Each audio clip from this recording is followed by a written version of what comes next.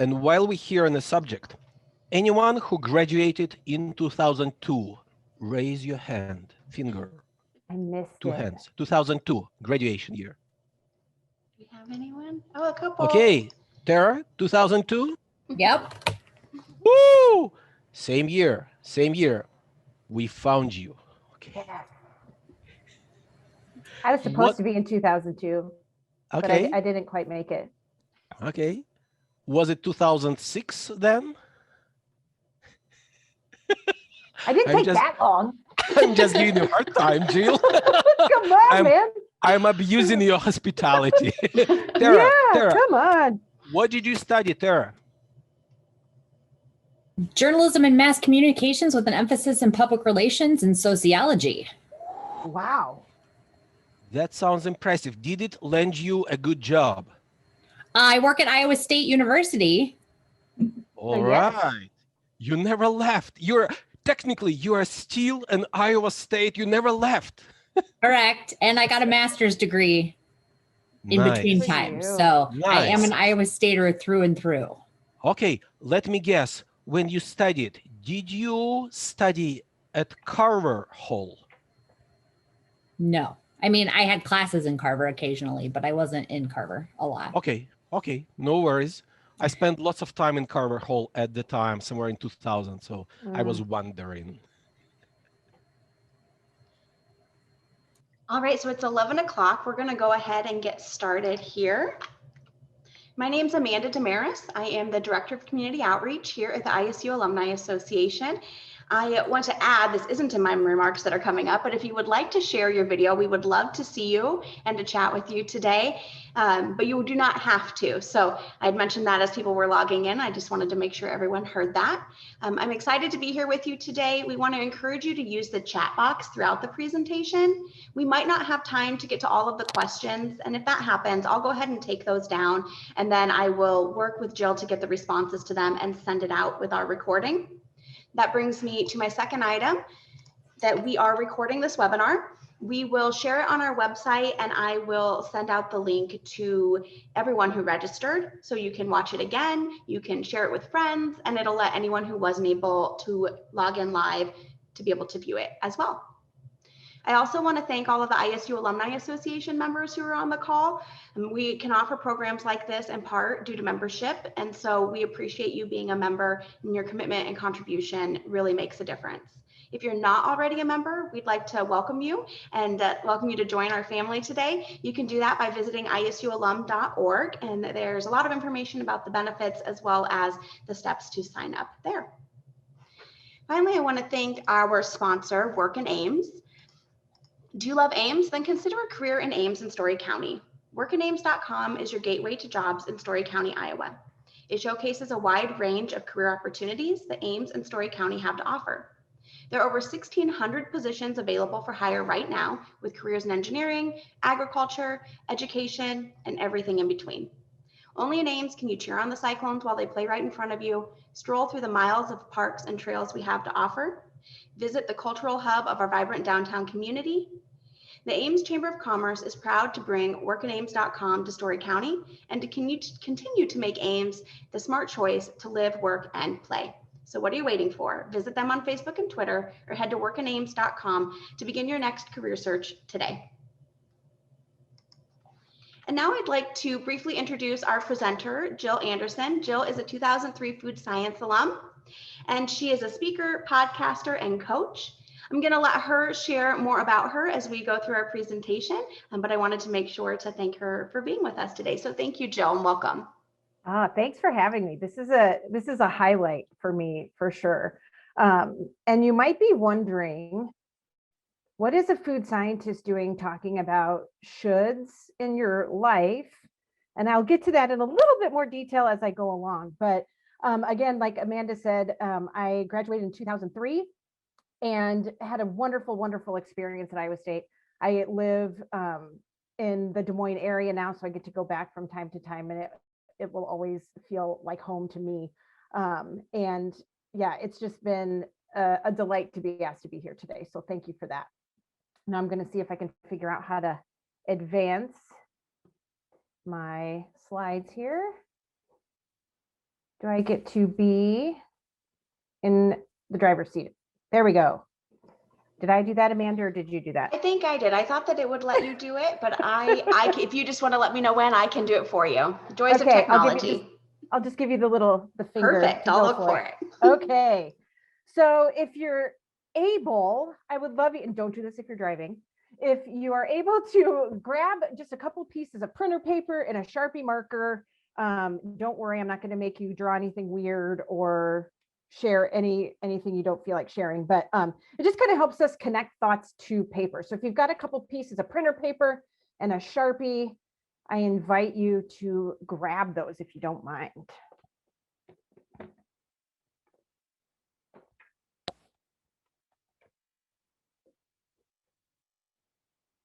All right.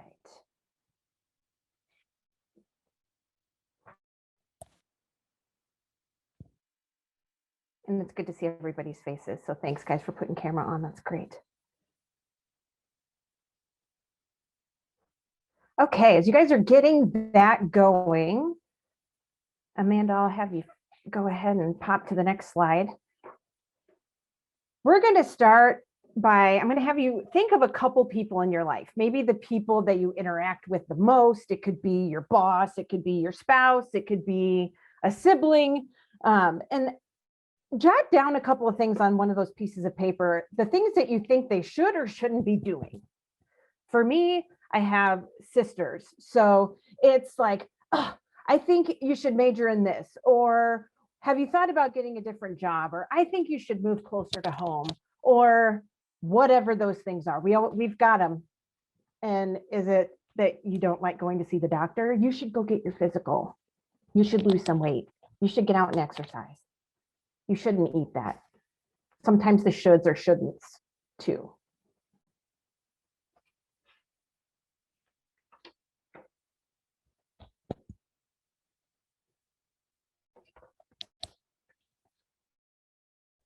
All right. Okay. How are we doing on that? Such diligent studiers, I can tell.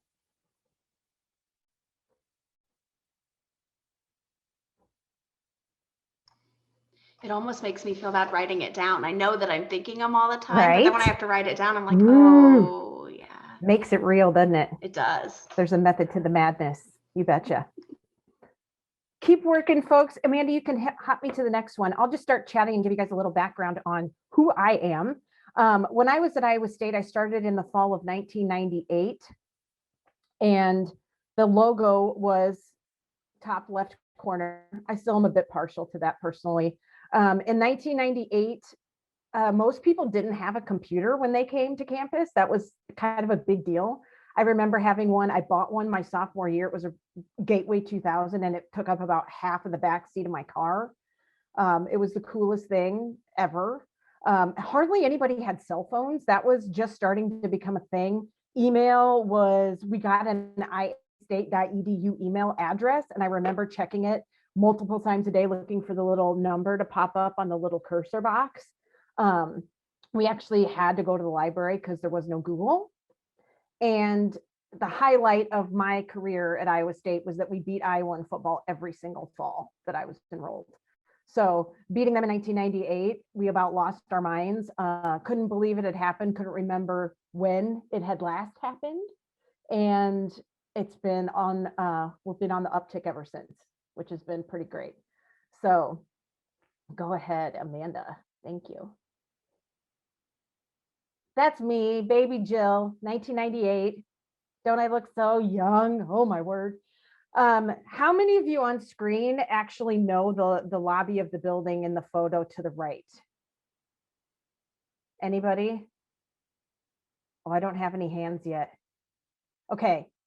Oh, Kelly, Katie, great. John, this is Marston Hall. Marston.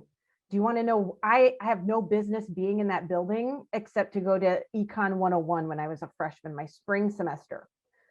And I'm grateful to all of you for being on camera for this, because I was terrified of telling a story without having people to react to my outcome here. So picture was February, there was some snow on the ground. Gone up to the second floor for Econ 101. And I took my seat behind the blonde boy that I thought was really cute. And I sat there every class. And this particular day, you know, class had just let out. I was talking with my friend Katie. We were going down the stairs. It was the flood of people after class was over, about 200-ish people. And I was on the inside railing and I looked to talk to my friend and my foot slipped on the wet stair and I rolled down the stairs to like the landing. And all of these people, it still gives me like ugly stomach feels to tell the story. I rolled down the steps and I was laying on the landing and I was like, oh, because I was terrified people were going to laugh at me. So I made these horrible sounds like I'd actually been hurt. I wasn't. But only on that experience did I realize how many people were going to the next class with me after that. So there's no point to that story except to share a little bit of self-deprecating humor. And I see a few smiles. So thank you for laughing along with me this morning. But it's just one of those moments of just feeling horribly awkward in this new space, in this new place, trying to make friends and figure out what the heck I am going to do with my life. So we'll move on to the next slide here, which leads me to this beautiful fork in the road. It's a little scary to come up to a place like this with no GPS. Okay, yeah, that hadn't been invented yet either. And you feel like you're getting told from a very young age, or you're asked like, what do you want to do with your life? What do you want to do for the rest of your life? You're paying all this money to go get an education. And what do you want to do? What do you want to major in? And I just remember having no idea. I barely knew who I was. Just trying to figure that out. I came from a small town and we didn't have a lot of exposure to a lot of, you know, different types of careers. So I remember that feeling of just being like, okay, I have no idea. So I'm just going to start looking around me, trying to figure that out. And that really began for me the idea of kind of establishing my cabinet, if you will, or my board of directors, my advisory team, which at that point was my parents, siblings, some good friends that I had met along the way. But it was a very big decision that I felt like I really had to make at that time. So the secret is that you really don't have to know. The secret is I was a food science major and here I am doing something completely different. So it's not a life sentence by any means, though I kind of felt like it was that had that much gravity to that decision at the time. But it's a big pressure decision to have to make. And all of us having been graduates have been sitting in that chair. So we'll hit to the next one. So there's me, the little blondie on the bottom. That's my older sister who led the way for me for a lot of years of that comparison of what should I do? What is she doing? That was like the best way for me to figure out life for a really long time, was just do what she did. I mean, she's pretty good at everything. So that was really easy for me to just like follow in the footsteps, right? I also figured out that I enjoyed science. I was pretty good at that. And food was the only thing I liked enough to major in. So who doesn't love to eat? Who doesn't love to play around in the kitchen? And maybe some people don't, but everybody eats. So everybody can understand that language. So I declared my major, the rest was history, and off to the races we went. All right. So off to the races looked like getting a bachelor's degree, check. Straight into getting an internship while I was in college, making sure that I was hitting all the tick marks with where I needed to go to, you know, pave that road as best I could from the very beginning. So I moved to Chicago, got a great job at Kraft in their test kitchens, working with Velveeta all day, which was great. I was starting to climb that ladder. I was doing the grocery list, right? Checking off the list. So it took me a little while longer than most of my friends, but I did get married when I was 30, bought the house, tried to start a family, work out, but you know, not for lack of desire or wanting that to happen. And it just started to pile up that every one of these milestones that I was making was be like, okay, this is what I'm supposed to do. This was kind of like that guidepost, that list that I was coming back to all the time. That's how I was figuring out what I was supposed to do. So even though I felt I knew I wanted these things, and I was young, I was figuring it out, as we all do. But it felt right at the moment. And what I really should do was to just stay the course, keep going forward. Okay. This is how I was driving the car of my life, except that I wasn't looking out the windshield. I was looking out every other window in the car, except the one that was right in front of me that actually is the most important. I like to call her Karen the chameleon. She's my little buddy. I realized that I took on the interests, the desires, the track list of those who were closest to me, right? It was whoever I was dating at the time.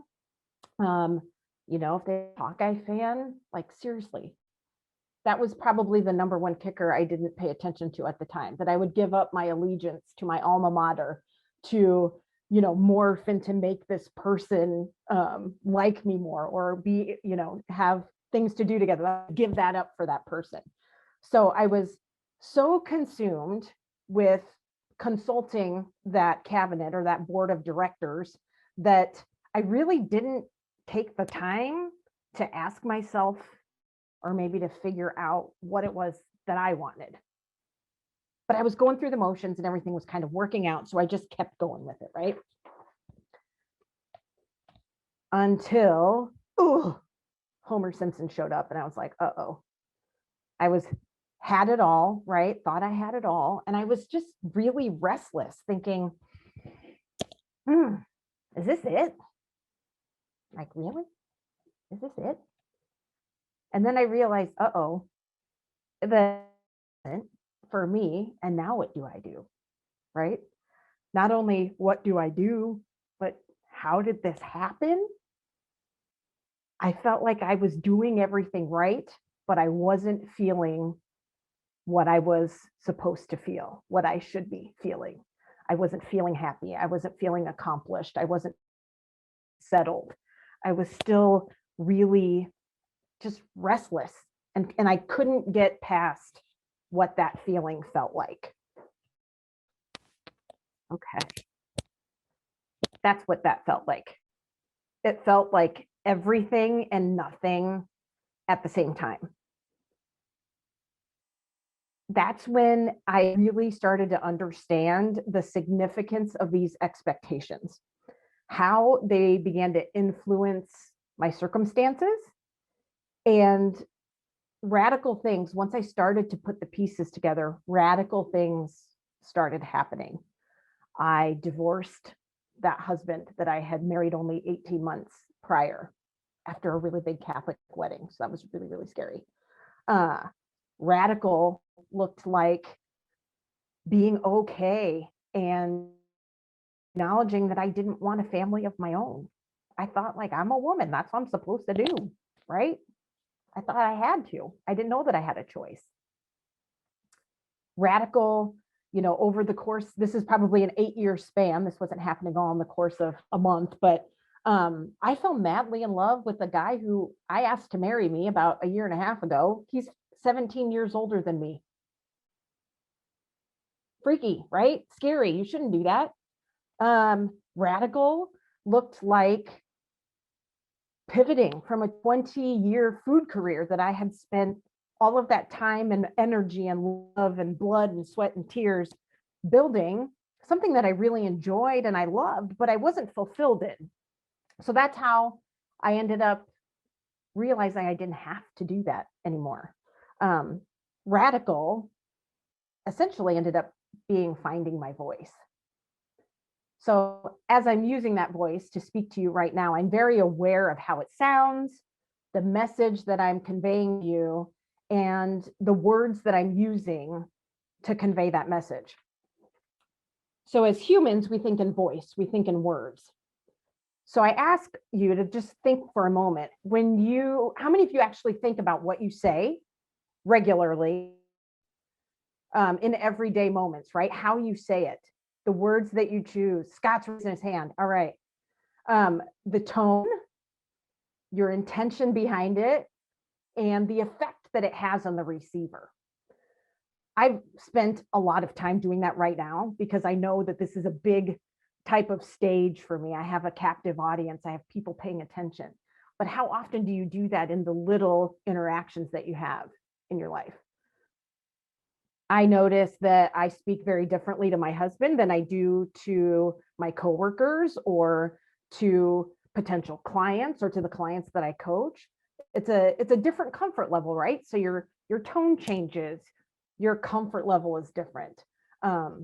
My husband thinks that he can read my mind. That's a whole other thing of intention, right? Like he thinks he can tell what my intentions are, or kind of read my mind a little bit. So the idea is to just start being aware of how your feelings and reactions change with who you talk to, and two, as being a receiver of a message, how when people speak to you, what feelings that invokes in yourself. An example of this could be if you've got a high school senior or a junior and you're saying, you should look at Iowa State. I loved it there. Come on, it's the best place on the planet. Like, why wouldn't you want to go there? Right? Uh-oh. There's a lot of little bit of pressure there, maybe some intention about how you want them to have the same experience that you did. And this just happened to be the place that happened for you. So just something to start thinking about as we go along here. Okay. So we know that communicating is more than words. It begins with words with our caretakers. They teach us how to feed ourselves, how to read what words mean. And as we grow and mature, so do our communication skills and our words. We use them as a way of communicating concepts or opinions and creative expression. If you're a speaker, if you're a singer, if you're an actor, anything creative in that way, a poet perhaps, or a writer, your words are your ways of expressing yourself. So expectations by definition involve duty or obligation, perhaps probability or certainty. So for me, that looked like, as a high school kid, being expected to get straight A's in high school, be a responsible kid, go to college, get the internships, go back to that list, right, that I talked about earlier. And in my mind, an expectation was just a goal. I just felt like that was something to strive for, something to work toward, and something that was really good and beneficial for me. It felt like, if you're into video games, like with every level, you get to like grab another star or like grab another level of life. That's kind of how that felt. But in this picture, you can tell it felt like as the older I got and the more I collected those, it started to feel like this big old rock on my back, kind of weighing me down and inhibiting, how I was making those choices. Okay. So what snuck under the radar were these shoulds.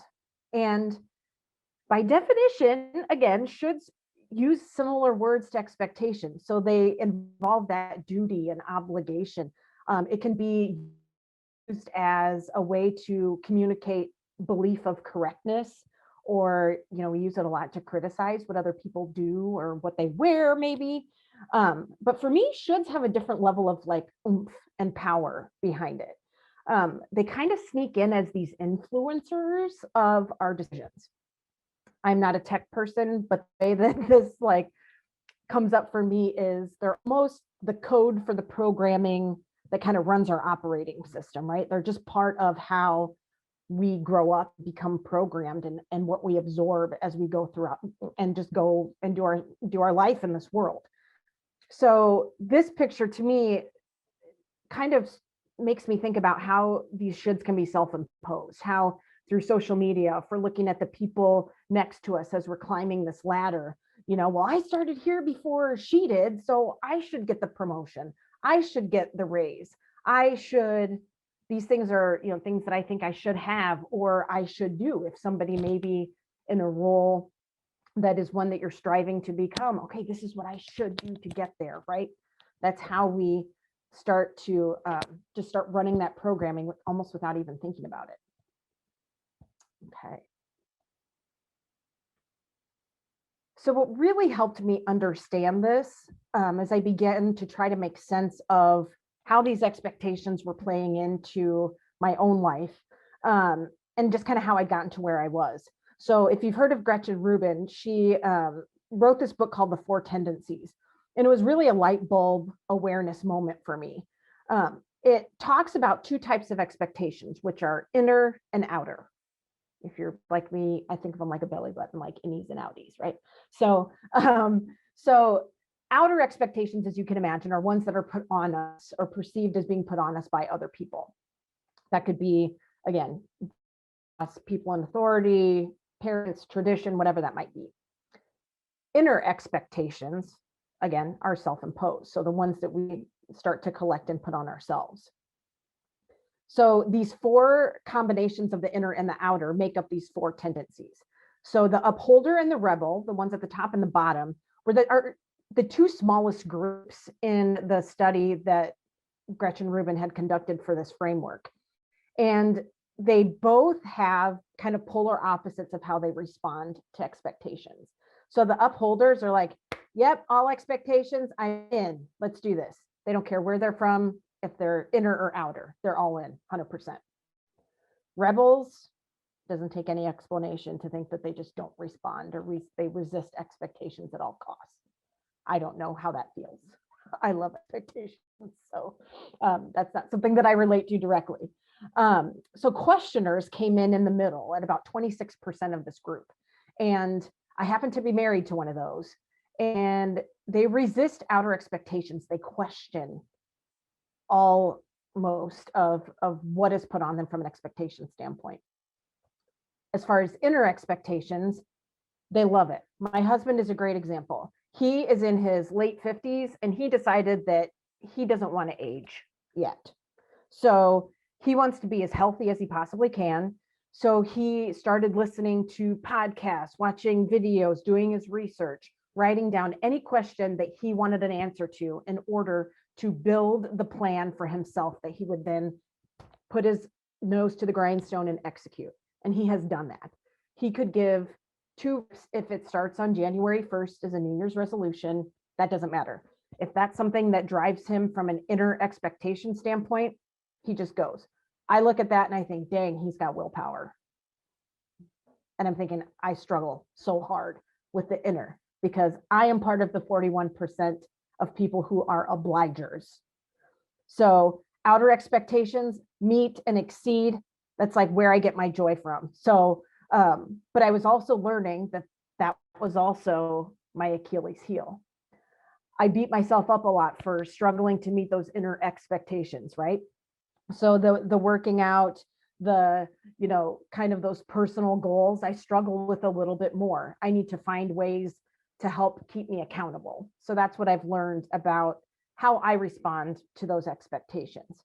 So that she also in this book has a really great joke to try to help understand or kind of communicate this a little bit. So it says, how do you get an upholder to change a light bulb? She's already changed it. How do you get a questioner to change a light bulb? Ask, why do we need this light bulb anyway? How do you get an obliger to change a light bulb? Ask her to change it. How do you get a rebel to change a light bulb? Do it yourself, because they're not going to do it, right? So a lot of that is just to kind of help you get a framework and try to see where you fit, because this helps. It really helped me start to understand why I responded in the ways that I did to the expectations that I was starting to really wake up to.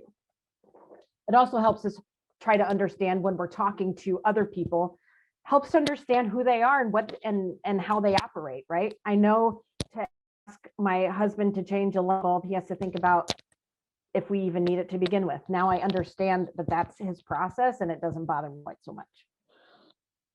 So we're going to flip to the next one, and knowing what we know now, let's go back to that second piece of paper and the Sharpie. Think about your own life.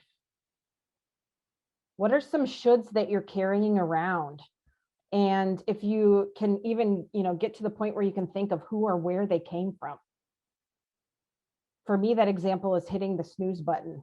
That's one that I impose on myself and wouldn't you know, still struggle to hit that on time. For some of us, it's finding our purpose. I want to.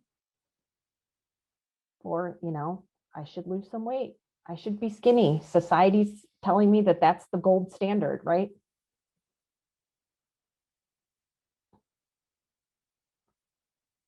Yeah, these are mine. Get a real job, right? Real job. 401k and insurance and security. That's where it's at. Exercise and lose weight, or I shouldn't eat that. Again, it could be a shouldn't as much as a should. I don't know if you can even read that, but oh,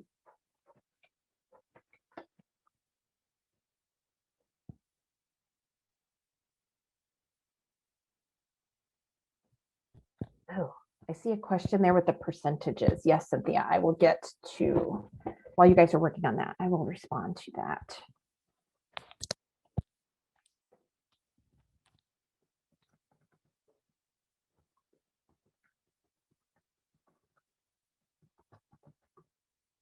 And I'm doing this off memory, so it may not equal 100%, but I'm pretty close.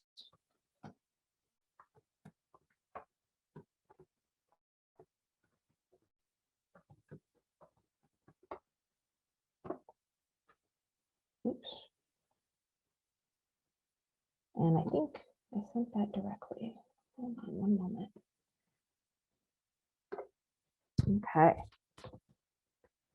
Okay, we'll move to the next. So my tendency as an obliger was to make good on everybody else's expectations. That's what I saw as important. And so I didn't obviously know my tendency until later in life. It's not anything that, you know, my parents or my teachers were aware of at the time either. But as I took that on, I realized that I couldn't see the forest through the trees. My expectations were the forest of trees, and the shoulds were kind of like the clouds in the fog that had kind of come in and filled in the gaps there. So once I was able to make that first radical change, it was a pretty big one. Divorcing that first husband was a big deal. I realized that like it kind of cleared a spot in the forest, and I was like, oh my gosh, okay, I can do this. And some sunlight kind of popped through. This is the visualization that I had. And so I got a little bit more confidence, and I could clear out another one and clear out another one. And then I realized, oh my gosh, I found my power. I've kind of, you know, realized that I can drive my own life car, right? I can look through the windshield and I can start making these decisions for myself. But the biggest part of that for me was realizing that so much of that resided in my language, in how I used and chose my words. Ooh, Katie, I see your question. I'm going to hit that one up a little bit later here, if you don't mind. So these shoulds are really heavy. That's what our dog is showing us. Like, how the heck could he lift that thing? That's what it feels like sometimes. You feel like you're walking around with all of this weight and you don't quite know how to get it off of you. So it felt for me like I was playing the lead role in the life I thought I should be living. So when I stopped using the word should and started shifting that to I choose, my story, that play that I was acting in, started to become my own story. So it's kind of why we call it a life story, right? It's told in words. And I hope that, you know, by using my story to kind of connect these dots, that it'll help you kind of start create that awareness in your own life too. So we'll run to the next one here. And shoulds roll downhill. And if you catch some of my, like, if you say should really fast, it sounds like something else, which is kind of funny. That's why I like the word play a little bit. And I can't credit for that one. But again, I've spent a lot of time kind of crafting the words in this message, kind of going over the text over and over. And, you know, this platform feels really big, but it's not nearly as important as the small interactions that we have from day to day. We interact with, what we say, the millions of words we've spit out in our life up till now. And, you know, as soon as I wake up in the morning, honestly, the first thing I think of is I should get up, even still, right? It's a practice to become aware of that. But that's the first thing that pops into my head in the morning. And this is the point of understanding how these loaded shoulds, that's kind of what I like to call them, what comes behind that, what comes with that. So if my husband says, you should get up, I start thinking, oh, if I don't, I'm disappointing him. And that may not be a conscious thought, but that's kind of what is all behind that, right? If we say, somebody says I should do X, Y, Z, well, what's the consequence if I don't? That's how it, you start realizing that your reaction or what you choose has a consequence. Maybe you'll fail. If I should do this, and what if I fail? Or I'm afraid of failing. Maybe divorcing your husband is a big deal because you threaten tradition, right? Or maybe getting married, or, if you happen to be part of the LGBTQ community, like that's a big, I shouldn't be this way, or I should be this way. You're threatening what's always been. And so it's a really uncomfortable spot to be in when you start putting these pieces together. A lot of it too is, how will I look to my neighbor? Like if I don't get this, if I should do that. A lot of that is, how we are perceived and what that looks like to other people. So shoulds, these aren't passed down maliciously, right? We're just doing what we know and what we think is best. Giving advice to your friend, maybe parenting as you start raising your children. So what we're missing is that connection to the receiver and knowing kind of that tendency of how we respond to these expectations, right? Because I know that my sisters respond very differently to expectations than I do. And that's something that we're learning, obviously, the older we get. But that's why it feels like such a simple word and a simple process. But the amount of interactions we have with this type of communication, we can start to really shift the script and start telling the story in the way that you want to tell it, because you get to change the words that you choose.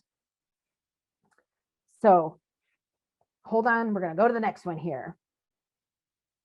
So that's great, Jill, but now what do we do? Okay. Woo. You can all day, but let's have some tips, right? So we become aware that we're shoulding on ourselves, we're shoulding on other people. And it's not my intention to drop this bomb on you guys and make you feel really crappy about like how you've been speaking and interacting and telling and talking to people for so many years, right? But we've already made some progress. These 2 sheets that you've already done have already started your journey in becoming aware of how this pops up in your life. So that first step is awareness. Okay, so keep doing that. Keep training yourself. It's amazing the people that I've worked with catch themselves and they say should, and they're like, oh, especially when I'm around, because they know I'm going to call them out on it, or, nail them with the squirt gun if I've got one handy. But a lot of that's just understanding how you use that word, because there are some good shoulds too. I'm not saying that the word is completely bad, but start really tuning in as to how you use that on a regular basis. Okay. Next step in this is, I like to make like a toddler or the most annoying kid and keep asking yourself, why? Why does this matter? Why do I feel this way? Why is this person putting this on me? Why am I putting this onto someone else? What is kind of the backstory? What are those loaded should tensions, or the fears, or the disappointments and the traditions? Kind of break the cycle and really start thinking about how they pop up. And it's just to kind of disarm, the power behind what that word has been doing. Okay, moving on. Next step, and this is the most difficult, is to sit with it. How many of you guys have you listened to Brene Brown, and she's like just sitting in the should? You can put the other swear word in place of that, but that's where you have to sit, and that's the really, really hard part, because we're taught to figure the stuff out, right? We can use our brains to figure anything out. That's the easy part. What we're not as well trained in is tuning into how that makes us feel. I was going through the motions and doing all the things. And I thought, okay, well, I'm just doing what I'm supposed to do, not paying attention to what my inner intuition was really telling me, because I completely tuned it out. I didn't even know how to, or I thought something was wrong with me if I didn't like this. So I thought that was something that I could just decide to change. But if I wasn't feeling, it was okay if I just wasn't feeling excited or super happy about something. I was just like, well, everybody else is really happy with this, so I guess that's my problem, or I don't, relate to that. So that's something that I need to adjust and figure out, right? So the best thing you can do to start disarming it too is what's the best thing that could happen if you make this big decision, or you're like, okay, I really want to quit my job and start a business. What's the best thing that could happen? What's the worst thing that could happen? And then you sit in the feeling of, okay, best case scenario. How did that make me feel? I'm pumped I get to do this. You guys, this is what I get to show up and do. And I'm so excited that I took the plunge. Okay. Worst case scenario. If this whole speaking thing doesn't work out, you just go back and get another job, right? You weigh it out. You kind of start doing that litmus test or that temperature check as to how you feel if you do the thing or if you don't do the thing.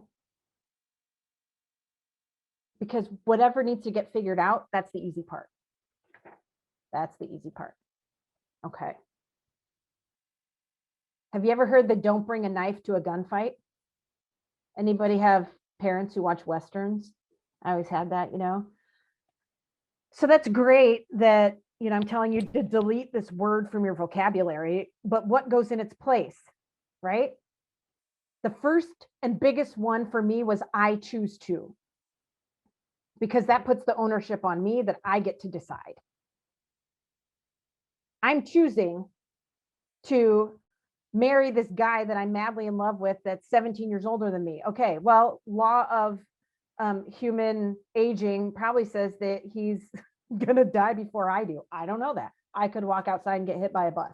I don't know. But I choose to have the feeling of having this person in my life, right? So it could be I choose to take the risk. So if you're saying the should, if you're a shooter on other people, maybe try, have you considered? Have you considered XYZ? Have you considered trying the ham instead of the roast beef today? Seems like a small deal, right? We can kind of poke fun at it. But what that does is it takes the feeling of potentially disappointing you or failing you off of the person who's going to receive that message. Or in my experience, this is what happened for me. In my experience, I found it very rewarding to start a business. I loved the excitement, the freedom, the feeling of doing and creating. For some people, that would scare the crap out of them. And they want that security. We're not all the same, right? So that's how I can speak to my experience without putting that burden onto somebody else. Or I'm still working on this one. I feel better when I work out every day. I feel better when I meditate every day. Whew. That doesn't work that great when I'm really cozy in my bed at 6:30 in the morning, but it's a practice, right? It's a practice. Another thing too, it's important to me or to this person to show up, to consider what they're proposing. So I choose to do for them, right? Okay, moving on. So this is all about owning your power and empowering other people. When you take that burden, you take that should off of them, life is like a big old dessert bar. We're not going to get away from the food, right? So you get to choose to work with your intuition. You can choose if you want to take a risk, right? We get to choose response versus reaction. Do we respond and bring a gun to a gunfight, or do we react and grab our knife and like not know what we're doing? We have the gift of being able to reflect on these interactions that we know we're going to have and prepare what our responses are going to be, right? just in the exercise I had you do today, you can probably already hit 3 to 5 things that happen on a regular basis that you can sit for maybe 10 minutes and figure out next time that happens, I'm going to say this. So this is about choice. This photo is just about choices, realizing that life is full of them and that we get to realize that we don't have to. Okay. And this isn't me just being like, go blow up your life. Go through everything in the blender, quit your job, leave your family. Blah. Like that's not the point. The point is to just realize that you get to choose.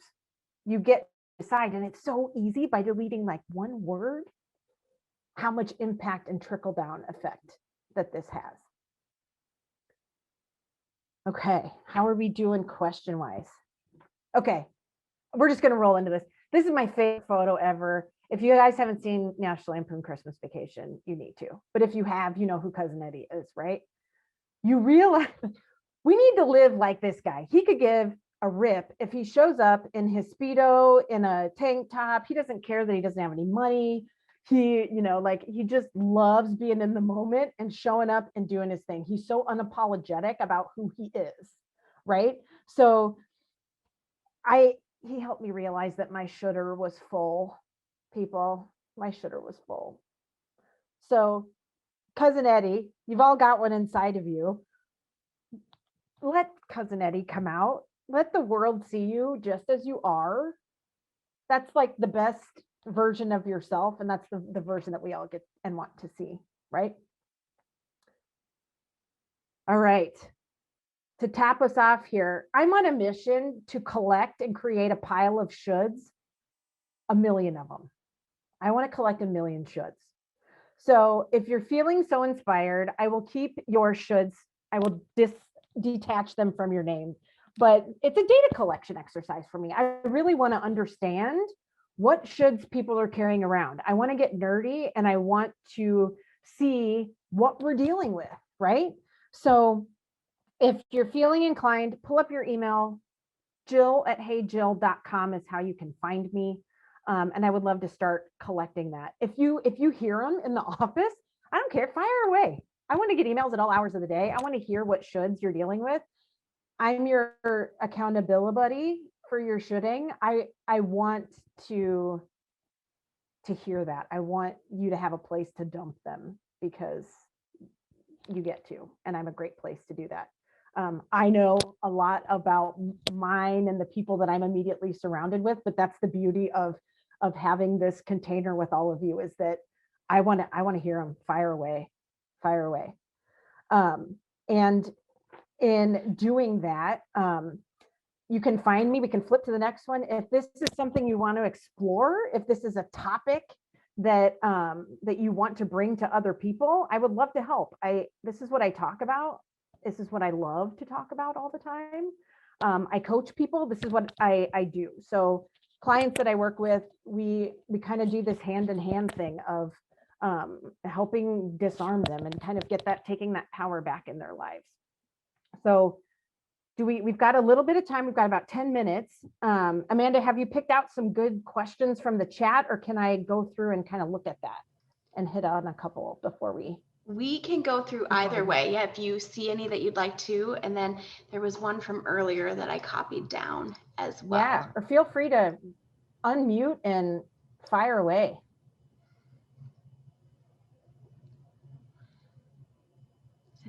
Any questions from the speaker? Earlier we had how do you know when you're internalized, or when you've internalized someone's expectation and then made it your own, challenging and differentiating internal versus external expectations? Yes. So I think this is the framework for me this is the toddler exercise. The more whys you can ask yourself and to really ponder the objectivity of it, right? So you could easily say that, I'm trying to think, does anybody have an example? I'm trying to think of one. So thinking like, oh, you should go and get a college degree. We'll just use that. Okay. So likely a parent or a teacher is telling you that. And you start thinking, okay, well, why should I do that? well, they think, and think of it from their perspective. Why are they putting this, or why are they really emphasizing that I do this? What sorts of things do I need to look into? And then if I think that I should go to college, exploring that from my standpoint, do I want to do that because I want to have the college experience? I want to have that degree credential for myself. It's really, but why? But why? But why? But why? And it takes a bit to drill down into that, but that's kind of how I like to look at it, so that you can understand, is it because I don't want to disappoint my parents? Ooh, ding, ding. That could be an outer, right? Or if it's for him because it's important to have a 4-year degree. Okay, then that's totally mine.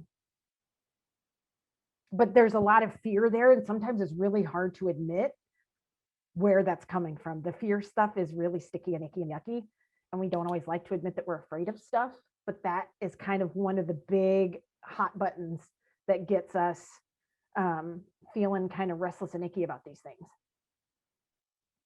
I'd seen one about being productive. I think that's coming back up. Oh, you betcha. That's like, I shouldn't take a nap. My husband does this all the time. Oh, I shouldn't take a nap. It's like, rest. We're programmed, okay? We live in a society where productivity is rewarded. Like the Busy Bee honor badge is like gold. And so some of that, asking others for help. Yes, so good. And this can feel like a very overwhelming topic. So try to just check as you're going, oh my God, I'm doing all these things I should or shouldn't. But it's really creating that awareness and sitting with it first is kind of the big step. And then as you move forward, you're starting to feel more empowered about the decisions that you're making. Start small. Productivity is a big one. So sit in your chair and watch a basketball game from start to finish, and only get up. I'm giving you permission. Only get up to go to the bathroom and grab some snacks. Okay. So a lot of that is internal regulation, and just feeling like, I'm okay with this. I'm okay with this, right? Okay. Any other ones? We have one that's from Amanda. It says, do you have any advice for individuals, it's moving around, who are looking to make a career change? Ooh,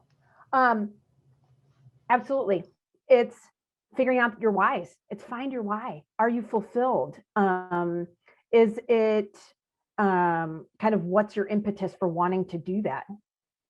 And finding out what your priorities and your values are. If you know that it's important to you to have a fulfilling work, or to have a certain type of work culture environment, if you can start to identify your values and what's important for you in a work situation, then that kind of helps you to decide and take the shit out, being like, I'm choosing to make a move, or I would like to make a move because of XYZ, right? It's is somebody telling you that this is just the next step, and that's just the next logical choice, or I should be making more money at this stage of my life, or it's kind of the question game, and they're hard questions. But if you can identify, I think the most important part that really gets to the root of it is figuring out what's important to you. And when you can start with that, then you at least have something to attach those answers to help you make that decision. I love that. We had a question about what the first 2 questions were at the beginning when we had our 2 pieces of paper. If you could share those. Sure. Again. The first one was just think about the people in your life and things, basically how you should on other people. What are those, those conversations you have? And I was like, I just don't understand why he doesn't do XYZ. He should quit farming and go do this instead, or he should move into town. He should, whatever those things are. But the first one was how we look to, or the things that we like to put on or should in terms of what other people do or what we think they should do.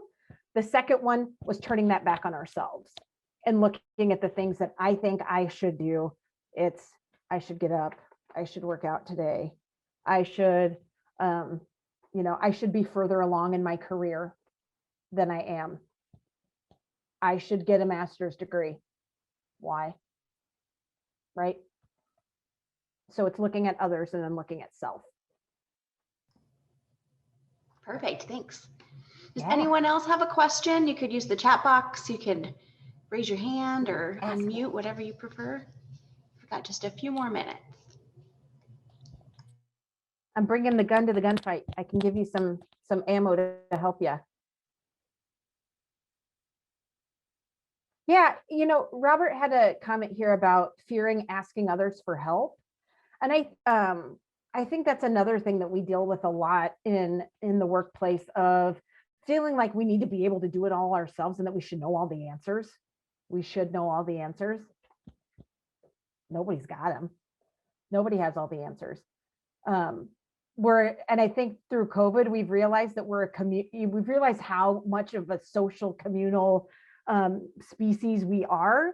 And I think when we can drop the ego and kind of start operating from how I can best do this, we need other people to do that. We need other people to help us.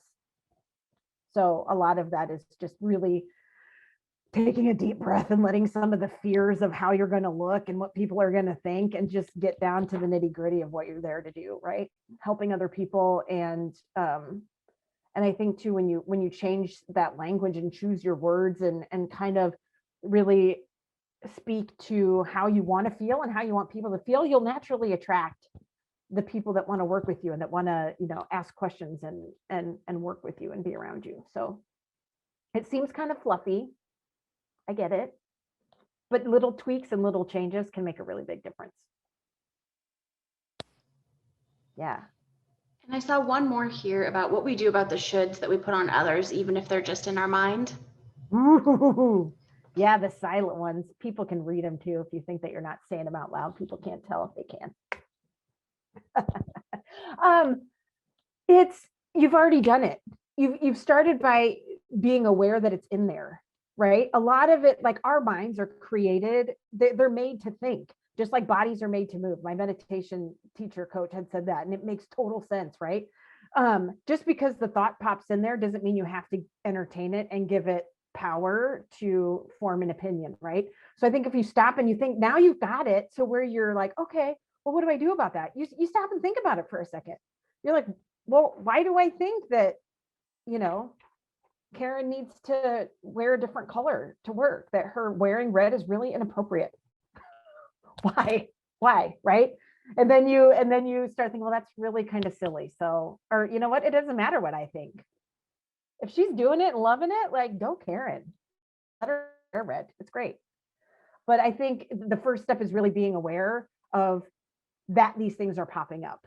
And then you just keep asking yourself, for like, oh, does it really matter? And sometimes it's hard to admit that you've been shoulding for a long time. And that takes sometimes it takes a lot of guts to stop, you know, because people sometimes get used to hearing it, and being able just to stop yourself and to do that work it's kind of a big deal. So I applaud you for even being here and becoming aware of it. It takes a lot of work and practice, but it's worth what you get out of it. Thank you very much. What coaches do. We help like guide you in the process because they pop up constantly. So yeah. Perfect. Any other ones? Or Amanda, this is probably just in time for your closing, isn't it? Yeah, if we have any other questions, you're welcome to add them to the chat box. I will take those down. I'll leave this open for a little longer. So if you want to add those in and work with Jill to get some responses. But otherwise, I want to say thank you, Jill, for presenting for us today. And thank you to everyone who logged in and spent some time with us. We appreciate it and hope you have a great day. Thanks, everybody. Thanks. Bye.